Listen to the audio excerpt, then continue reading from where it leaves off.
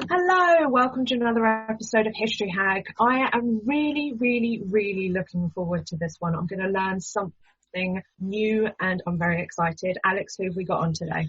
So I have brought you today Vaseem Khan, who's from London. He's of Asian extraction, like me, where we have a similar background, I think. But he writes a fantastic set of books called about the Baby Ganesh Detective Agency series, which is what he started writing. But this year he published the first in a new series. And the reason he's here is basically because I am totally in love with Midnight at Malabar House, which is his new series. And you'll find out, Alina, that what he's done is delve into Indian history to write it. The other books are set in modern day. So he's basically here because I spent more on this than I've ever spent on a Kindle book in my life and didn't regret it for a second. So Vaseem, hi. Hi Alex, hi Alina, and can I say thank you for inviting me on. And it's quite intimidating to be in the presence of two actual historians as opposed to an amateur. Do you know what though? Most novelists. Having read your book, Vaseem, I'm telling you now, you are not an amateur, because when you side off into the history, you clearly know what you're talking about. It really is brilliant. Do you know what I liken it to? I found it's utterly charming, and it's kind of like the number one ladies detective agency books, the ones that are set in Botswana, but without the whimsy. There's more like, it's meatier, if you like, in terms of the background. Yeah, I think. It's funny you say that, but with my first series, when it came out, with the Baby Ganesh series, the first book was called The Unexpected Inheritance of Inspector Chopra. Most of the national newspapers, when they reviewed it, they immediately did compare it to Alexander McCall Smith, although I was quite... And that's great for a debut author to be compared in that way to someone who's been so successful, though I did try to point out that the books are slightly darker in tone because I'm exploring modern India, where I lived for a decade in my 20s. And in the West, we slightly mythologize India. We turn it into this land of swamis and snake charmers. There's plenty of that. But over the last 2 decades, India has changed incredibly with this massive wealth that's come into the country because of outsourcing and globalization. And that's meant that there's been this incredible inequality that's sprung up, so that you've got this massive new middle class with very Western attitudes and lots of money, especially in the urban areas. But you've still got all of these legacy problems, all the way stemming from partition and earlier, the days of the Raj, incredible poverty on a scale we can't imagine. So I try to explore some of that, not just in the Baby Ganesha Agency series, but now with this historical series, beginning with Midnight at Malabar House. So that's where we're at the moment. I think, yeah, you're right. They are darker, not in a sort of depressing way, but I think that there's definitely more to them. Those McCall Smith books are they're short, they're bouncy, they're very light, and there's definitely more to the stuff. I prefer yours, and there's more to them, like you say, with the background and sort of the undertones of the history that you're trying to explore. I do love his work, and I do love that series. I met him a couple of years ago. He was doing a talk in London, and my publicist had taken me along there, and he heard I was in the audience, so he invited me backstage to have a chat because he'd read the first of my Baby Ganesh books and he really liked it, and we just compared notes for a while. He's a very nice man, a raconteur. He really tells some wonderful stories. I don't know if they're all true about the genesis of all of his books, and so it was quite nice to chat to him about crime fiction in general and the way that the different series overlap in different ways. Definitely. And so the Baby Ganesh stories, if people haven't read them, anything with an elephant wins me over. But his sidekick is a baby elephant, isn't it? Yeah, in the sense that Chopra is a very serious and honest policeman in his 40s in the Mumbai Police Service, who is forced into early retirement because of a health issue. And in that first book, The Unexpected Inheritance, he has to tackle the murder of a poor boy that his seniors don't want him to investigate. So he does it after he retires. He decides to carry on with the investigation, but he also has to deal with this dilemma of inheriting a 1-year-old baby elephant. And like most middle-class citizens in Mumbai, he lives on the 15th floor of a tower block. So it's quite difficult to handle a baby elephant when you live on the top of a tower block. But anyway, I mean, A lot of people ask me this question, have asked me this question over the years, why the elephant? And it's more to do with the fact that the elephant is a metaphor. It's a symbol of India. I don't expect anyone to take the elephant too seriously. It doesn't fly, it doesn't sing, it doesn't talk or solve the mysteries. It's more of a device that I use to try and bring across some of the absurdity of modern India that's still visible. I went there age 23 and I'd grown up in the UK, so I had no prior experience other than what my parents might have told me because they were from the subcontinent. And just walking out into a Mumbai street, it's just an experience that is almost impossible to describe. I'm sure you've been there and you know what I'm talking about. If you're a Westerner and you've never been there before, and I was to all intents and purposes a Westerner at the age of 20, stepping into a place like Bombay. One of the first things that I saw was this massive elephant lumbering through traffic, which is not the kind of thing you see in East London where I grew up. Yeah, it's just an assault on the senses, isn't it? Absolutely. So I guess that stayed with me, and then I decided when I got back to the UK and I wanted to capture those memories of India and put them into this book, that I would have an elephant in the cast, because I didn't expect it to be published, which is the complete truth. And so I thought I could just do whatever I wanted. And I've been really lucky, I suppose. I got a 4-book deal initially with Hachette, one of the world's largest publishers, and they helped to translate that book across the world. And it set the tone for the series. And now I'm in a position where I can, I asked them whether or not I could write a different series, more of a historical piece, slightly more serious in tone, although still with that backbone of humour that runs through Midnight at Malabar House, and they agreed, and so that's where we are now. You say luck, but before we start talking about Malabar House, you are slightly inspirational to anybody out there who wants to be a writer, because you wrote for 2 decades without being published. Nobody just gets a 4-book deal without being pretty special.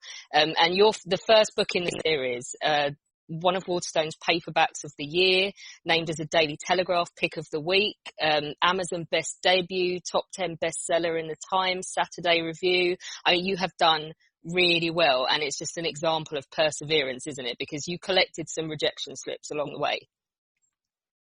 Yeah, it's a pretty sad story, and this is why I hate it when you hear about a overnight sensation debut that's been super successful, because the truth is usually not that. The truth is usually that particular author has got lots of stuff in their drawer that they've spent writing over many years to learn their craft. But the industry loves to use those terms, wonderful overnight sensation debut, etc., etc. So for me, I started writing when I was in my teens, and I was reading Terry Pratchett's Discworld series. And I thought that this looks really easy. I could be a writer. But of course, Sir Terry Pratchett he just made it look easy. But I wrote a comic fantasy inspired by the Discworld, and I sent it into a few agents. And of course, it was rejected because, it was rubbish. At the age of 17, what you write is normally rubbish. And you're right. I spent the next 20 odd years writing another 7 novels wherever I was working in the world. I used to bundle them up and send them into agents and then collect another crop of rejection letters. I've pretty much been rejected by every agent in the country over those 2 decades, which is why, as I said, it was such a surprise to me that The Unexpected Inheritance of Inspector Chopra was actually not only published, but I was given a multi-book deal for it. Brilliant. So let's talk about Murder at Malabar House. Now, the key thing to this, and this is the history we're going to delve into today, is when you decided to set it. So why did you decide to set your new series in 1950 in India? The reason for that is quite simple. I think that fiction in general has been quite good at exploring Raj-era India, specifically because it's of great interest to Western literary audiences. What it's not been so good at exploring is that period directly after partition, independence, Gandhi's assassination, all of which happened around the same period of time, from sort of 1945 onwards to actual partition, independence in 1947, and the period immediately after that, where India was trying to decide what kind of democracy it was going to be. Now, the thing that served as a catalyst for Midnight at Malabar House was, while I was reading about that history just out of interest, I discovered something that I didn't know, which is where the best sort of historical novels always begin. You find a particular fact which you can use as a hook, to create a fictional narrative around. And for me, that particular fact was that tens of thousands of foreigners were still living in India at the time of independence. I had always assumed, wrongly, that all of the Brits had up sticks and left for England in 1947 as soon as Independence Day happened, and that was the end of that. But I couldn't have been more wrong. And Yeah. Bombay was a home for many of them, and some of them were called, as you probably know, some of them were called Anglo-Indians, and some of them were simply people that had been invited to come to India to help India manage its new country, because in a sense India was a new country, even though it had a 70,000-year-old history, because the partition had lopped off two sides of it, either wing, Pakistan and East Pakistan, which later became Bangladesh. So India was trying to discover what kind of country it wanted to be, and because of that, socialism was rearing its head throughout the nation. And Nehru, who was the prime minister who took over the Congress party after Gandhi was assassinated, was trying to continue in those Gandhian ideals, but he was struggling with multiple factions who had their own agendas. And the country is large, and as with as many voices as India has, that was quite a challenge. I think one thing that you captured brilliantly was the flux of the country at the time, and the fact that nobody really knows which way it's going to go and what's going to become of them. And you did that by, like you said, that because it's something, like you say, you don't think about it, but you had English people, Anglo-Indians, that had been in India for 5 generations. They've got no ties to the UK. They didn't want to just pack up and move to London. But what you did to encapsulate that was make your victim in this crime fiction a higher-ranking British person, didn't you? Yes. So the novel opens on New Year's Eve, 1949, and Persis Wadia, who's the lead character, is India's first female police inspector. She's operating in a very misogynistic, paternalistic environment, because the police force was very much like that and was a reflection of wider Indian society at the time. And so she's sidelined. She's shoved into a police station where all of the misfits from the force are positioned, because nobody knows what else to do with them. And it's called Malabar House, and it's in an area in Bombay, in the southern half of Bombay. And a call comes through around midnight, and she's called to the home of a top-ranking British diplomat. And I gave him the name James Herriot, who readers from the 70s and 80s might be familiar with. He's a famous TV vet. And he's been murdered. And he's been murdered during a New Year's Eve party. And Persis happens to be the only person on call, so she ends up with this investigation falling into her lap effectively. An investigation that nobody really wants, because it's quite a hot potato. Nobody wants to be investigating the murder of a senior British diplomat at such a tricky time. I think what's brilliant about it, and this is where the history really comes into play. Just quickly, why did you choose to go with the first? Because it's not like you had the story there already, but then you kind of chucked another spanner in the works. I love her. She's brilliant. She reminds me of me in that she has literally no tolerance for people's crap whatsoever. She'll just tell them, "You annoy me now. I'm walking away. I don't like you. The end." That's me, which I really like. But why did you decide to add that other facet to it as well, with a female detective? So I think one of the issues that I have with India, even now, as a modern country that's on the verge of becoming a global superpower, is the fact that women's rights have been not very well promoted throughout the country. And if you follow Indian news, you'll realize that every couple of months there's another atrocity, another rape, another assault, and it makes headlines for a while, and then everything goes back to the way it was. And this has been going on for far too long. And a large part of it is tied up with the way that Indian society has worked traditionally. So say 70 or 80% of Indian society is still very rural, and these rural towns and villages are run by men, especially the villages where they have a village council of elders completely populated by men who set the rules for everything, from the way people should live, who they should marry, etc., caste barriers. and women have absolutely no say to determine their own lives. So for me, that was quite that's something about Indian society that still jars. And so going back in time, I wanted to use a female voice to try and bring some of that into the narrative of the story. Yeah, it's brilliant. And I don't want to give the plot away because I really want people to go and buy this book, preferably from an independent bookstore, because they're dying because of COVID. But the reason that it's so relevant historically is because it's all tied to partition. So just explain to our listeners who have literally no idea what partition is. You've mentioned that basically the wings were lopped off of India. Why was that? Okay, so for those of you who don't know too much about Indian history, the British were there for about 300 years. The first part of that was through the East India Company, who were a private enterprise, but they went into India, and what they did was they made lots of very one-sided trade deals, sometimes at the point of a sword or a gun or cannon, with the people who ruled India at the time, which were largely royals of various descriptions, Nawabs and Nizams and Maharajas, etc., etc. And at the end of that particular period, the Indian Mutiny happened around 1857, and then the British government decided that they were going to take over because India was a great source of wealth for the British Empire. And it eventually became the jewel in the crown for the British Empire.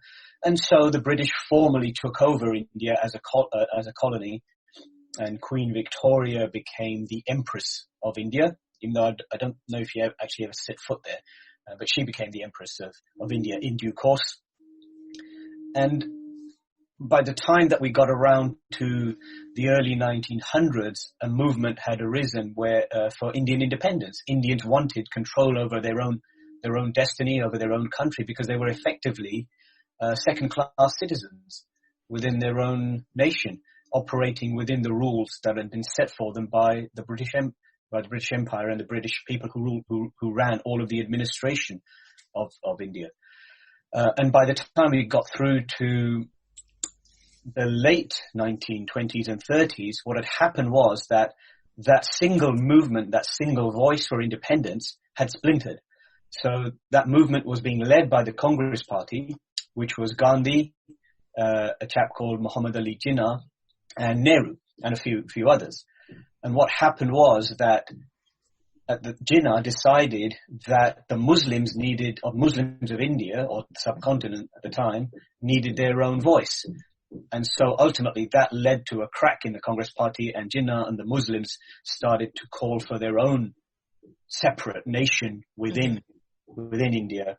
And that led to a lot of communal violence. There was a particular day called Direct Action Day, which was instigated by Jinnah, and that led to thousands of people being slaughtered in the streets, not by the British, I should say, but by Indians. So Muslims and on the one side and Hindus and Sikhs on the other side, killing each other in the streets over the idea that there would be this Muslim homeland created separate from India. What the British did was they took advantage of the situation. They sat on the sidelines and they allowed that.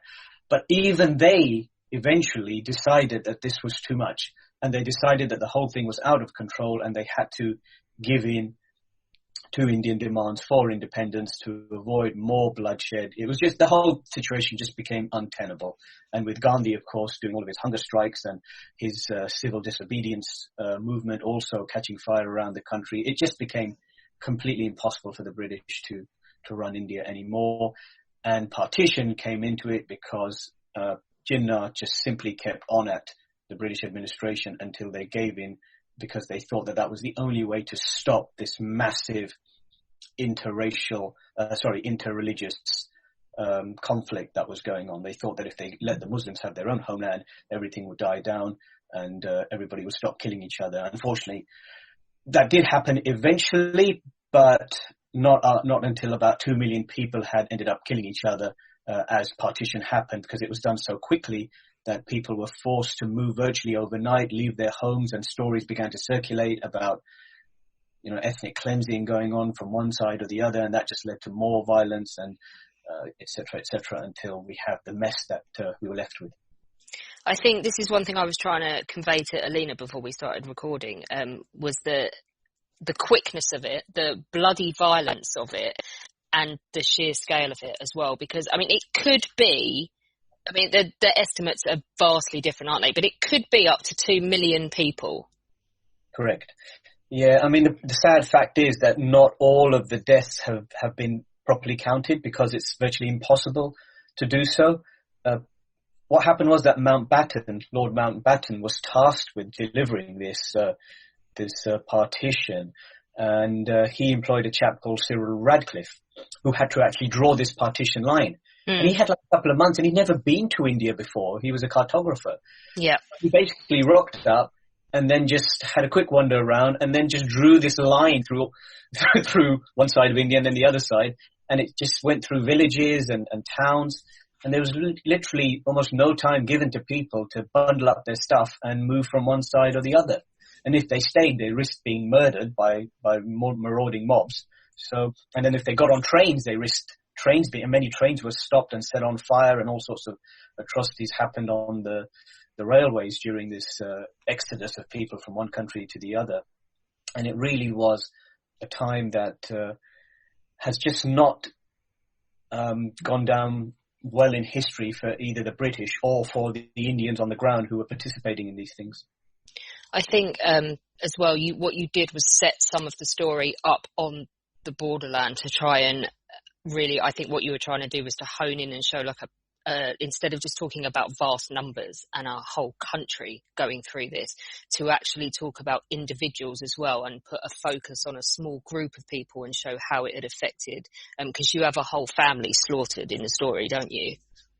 Yes, at one point, Persis and her co-investigator Archie Blackfinch, who is he's a forensic scientist from the Metropolitan Police Service in London, who is working with the Bombay Police Service to help them set up a criminology lab.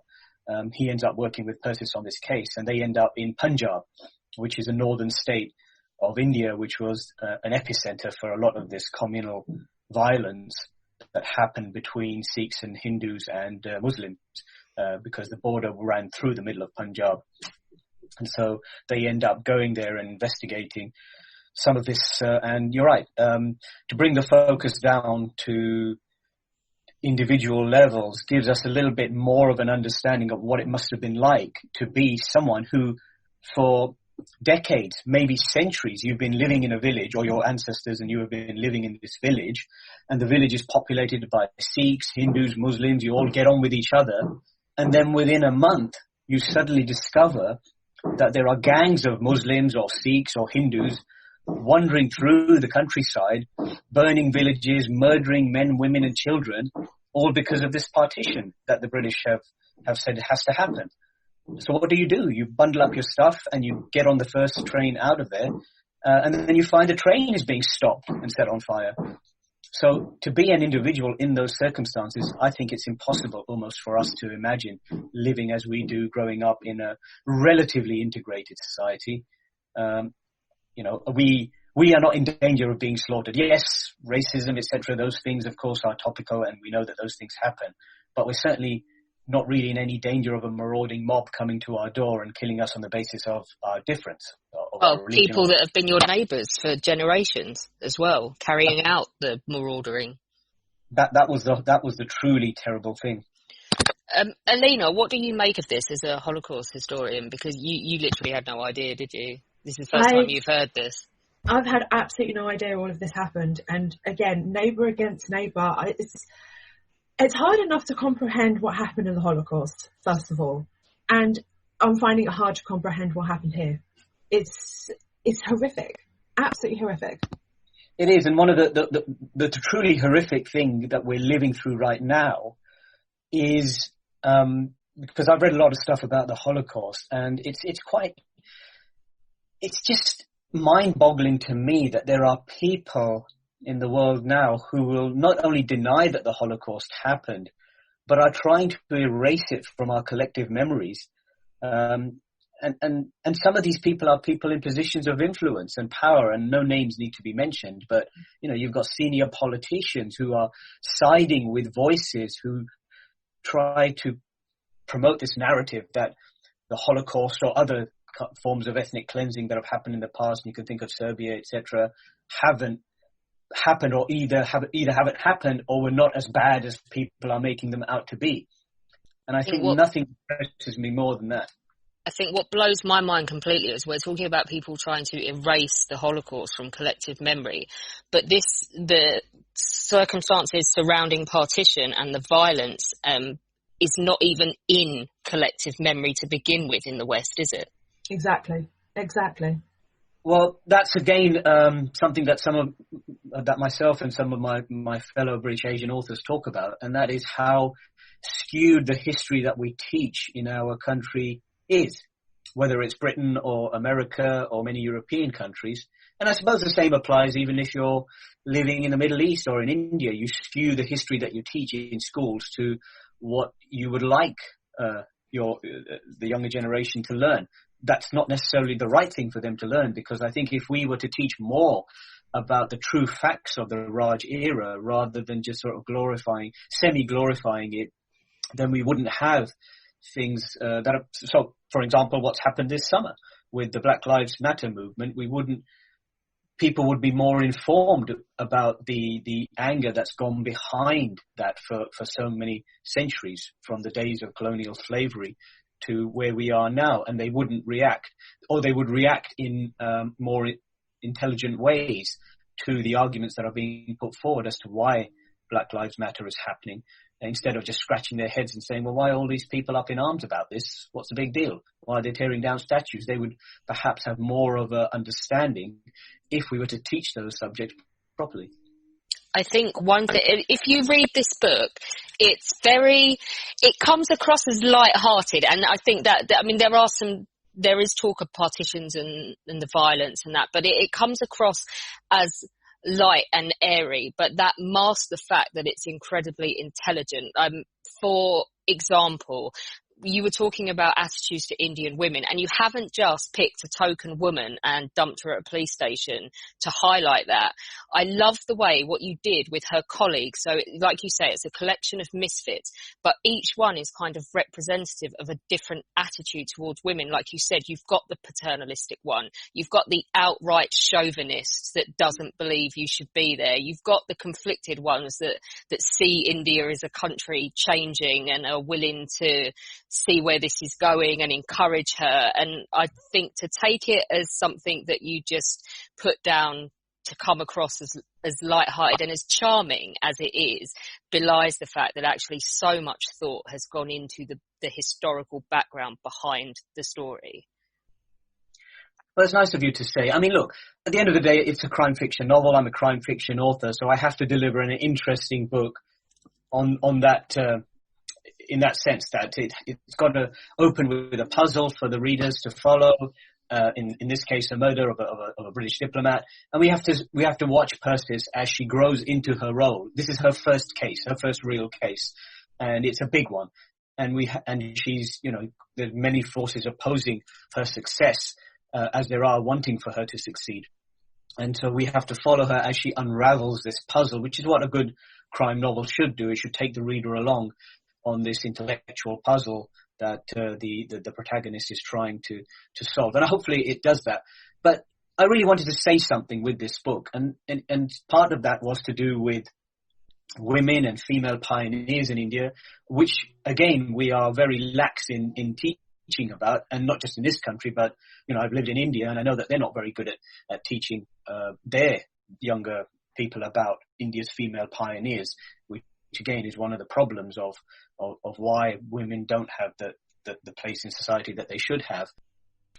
And also what I wanted to do is to take a look at this particular period just after Indian independence, because I think a lot of the things that happened then set the foundation for the India that we see today in terms of the democratic attitudes and in terms of the eventual settling down of the economy to a more capitalist framework. I think, what it does for me is create a wonderful concerning, obviously, snapshot of a period in time, and it's a really interesting period that you've picked to do just after the violence and just after partition, to see how it is affecting people in the country. I think more than anything else, it's been interesting looking at the kind of characters and that were around at the time. I mean, Persis is a Parsi, and the Parsis were or are a community in India that they're very, very small but incredibly influential and powerful. They came from Iran. They're not Hindus and Muslims, so they don't bury or cremate their dead. What they do is they leave their dead in stone structures in the middle of Bombay called Towers of Silence for vultures to eat. And that for me in itself was incredibly fascinating, because I knew nothing about that until I got to India and met a Parsi. And Persis, his father, he runs one of Bombay's oldest bookshops, is cantankerous, and he's had a run-in with the British that's led to the death of Persis's mother. And so she's grown up with just a dad, really. There's been no mother influencing her, and that's also fed into her. Aggressive isn't the right word. She's just a very forthright woman. And again, that's not a character that we often see. We often see women in crime fiction, but they tend to sometimes be conflicted and sometimes a bit, subservient. But this Persis actually is sometimes quite obnoxious in the way that she behaves around people, because she just wants to get on and do what she wants to do. So she behaves like a man in some instances. And if men can get away with that, why shouldn't Persis? Yeah, that element of total social unawareness I can empathise with, and I quite like about her. And what I like as well is that there is in the book a character that is a very glamorous British white woman, and she's nowhere near as cool as Persis. Yeah, well, I mean, Persis is the lead of these books. I mean, I've just finished the second one and it's gone in for editing. And with all crime series, you have to develop the character. You have to move them on. They can't be static. So, we smooth some of the rough edges of Persis, but she doesn't lose that central ambition. And there's a line in the book where, she questions her senior officer about the fact that why shouldn't she be ambitious for herself? Why should she be? Because India has this mythology around women being mothers and wives and that kind of, self-sacrificing martyr. And Persis turns around and says, look, why can't I be as ambitious as a man for myself? I want to be not just a police officer, I want to be an incredibly successful police officer. And there's nothing wrong with that. I do love that, because there is some matchmaking going on, isn't there, with one of her relatives, and oh my God, he sounds like a complete schmuck. I would not marry him either. Well, I mean, the fact is that India, even of today, arranged marriages are incredibly common. In urban areas, what's happened is that they've slightly softened in the way that they're approached, where, family circles will introduce potential couples to each other and then they can make the decision. But there's still a huge influence by parents into the marriage prospects and choices that children have. And in the village areas, it's very much still a question of, well, okay, that's who you're going to marry because that's the best match for you.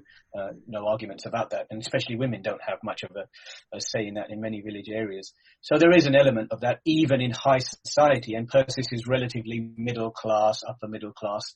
Even for her Aunt Nussi is busy trying to take the place of her mother because her mother isn't around, obviously, and to try and find a suitable match for her. And if anyone's been watching A Suitable Boy, this is set in the same period, so you can understand the anxiety of the seniors in India in the early 1950s to ensure a good match for their children, especially for someone who is considered rather wayward in Persis because of the choices that she's made to become, a female police officer, for instance. I love it. I have to ask, so we had a brief chat, didn't we, over email before we did this, and we just discovered that my family didn't have to relocate because of partition. They were already in what is now Pakistan. But so your family, they had to move to Pakistan, didn't they?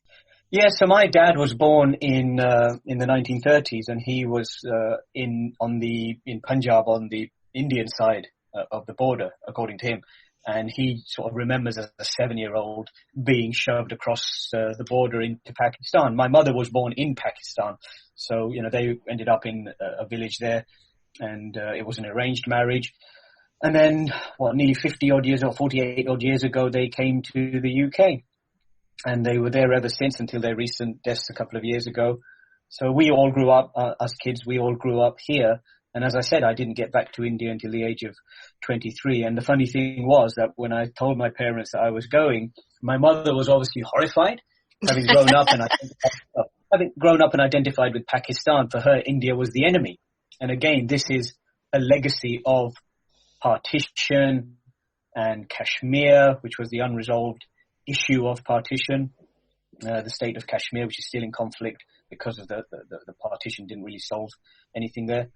But my dad was actually quite happy because he'd never had a chance to go back to the village where he was born. And he was really happy to hear that I was going to go and live in India for a while and work there. So that was quite nice. I think we discovered doing it because I knew the year, but I had no idea that my father was 15 days old when partition came in. Oh. So, yeah, I'm probably lucky that my poor grandmother, who died last year, was not lugging around trying to relocate when she was 8 months pregnant. But yeah, they were already in Mardan, I think, in the one of the oddest facts that I discovered, and that also fed into my interest in writing this book, is that I live in a place in East London now called Canning Town. Mm-hmm. And I was walking around when I first moved here, and I came across this really tiny little park, and it was called the Gandhi Chaplin Park. And I couldn't for the life of me work out why there was a Gandhi Chaplin Park in the middle of Canning Town. And then I did a bit of research, and it turns out that back in the 1930s, when Gandhi had visited London, Charlie Chaplin had got in touch because he was such a huge fan of him. He wanted to meet Gandhi. And they ended up meeting at the house of a Dr. Katyal in Canning Town in 1931. And Chaplin was completely starstruck. Although when Gandhi was told that Chaplin wanted to meet him, he did ask his aide, who is this Chaplin fellow? What does he think? He'd never heard of him. So. Brilliant. So the second book is in, as you say. The first book is called Midnight at Malabar House. It's available now. Try and buy it from an independent bookseller. Have you stuck with 1950 or have you moved it on a bit for the second one? The second one takes place very shortly after that first one. So Persis is still basking in the glory of having solved her first case. And then a second one lands at her doorstep. And again, this is one of those interesting nuggets of information you discover. So I found out while doing all of this historical research that in Bombay, at a place called the Asiatic Society of Bombay, there is a 200-year-old, so for 200 years, they have held a copy of Dante's The Divine Comedy. And it's one of the two oldest copies in the world. It's about 700 years old, apparently. And so it's a treasure. It's almost priceless because Mussolini, the Italian dictator, he once offered £1 million or $1 million to buy that book back from India, but the Indian government refused. And you can only imagine how much it's worth today. So in my second book in the series, which is going to be called The Dying Day, that manuscript is stolen.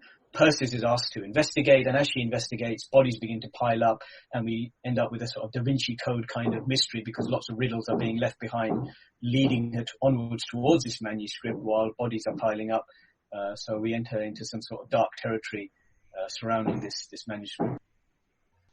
Vaseem, thank you so much. I'm sure all of our listeners' interests are piqued and they're going to be going off to buy the book now. I can't wait to read the second one. It's fantastic.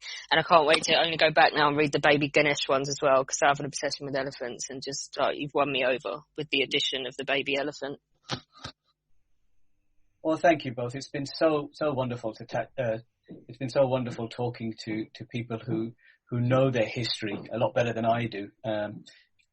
As I said, most writers who write historical fiction are amateur historians at best. So it's quite nice to be in the company of people who do this for a living. Oh, sometimes the amateur historians are the ones with all the passion, though. They haven't been dragged down by academia. Thank you so much, guys. And join us tomorrow when Melody Beals will be with us to talk all about scissors and paste journalism. It essentially is exactly what it sounds like, but it's a really key point in the history of journalism. And it's quite funny because all of the things that they were coming to terms with in the 18th and 19th century and moral questions about copyright and things like that are all rearing their heads again now in a social media obsessed world. So join us to find out all about that. We are now on YouTube. We are posting all of our new episodes on there, and we have our own channel, and we are gradually posting all of the back episodes because we have been made aware of the fact that you can only find the last 100 on some platforms. So you can go and listen to your heart's content and laugh at the cartoons and have a great time. So do go over there and subscribe. Don't forget, you can become a patron of History Hack for as little as $1 a month. Just go to www.historyhack.podbean.com. It will help us keep going in the aftermath of the coronavirus, and we would really appreciate it, as we would love to do so.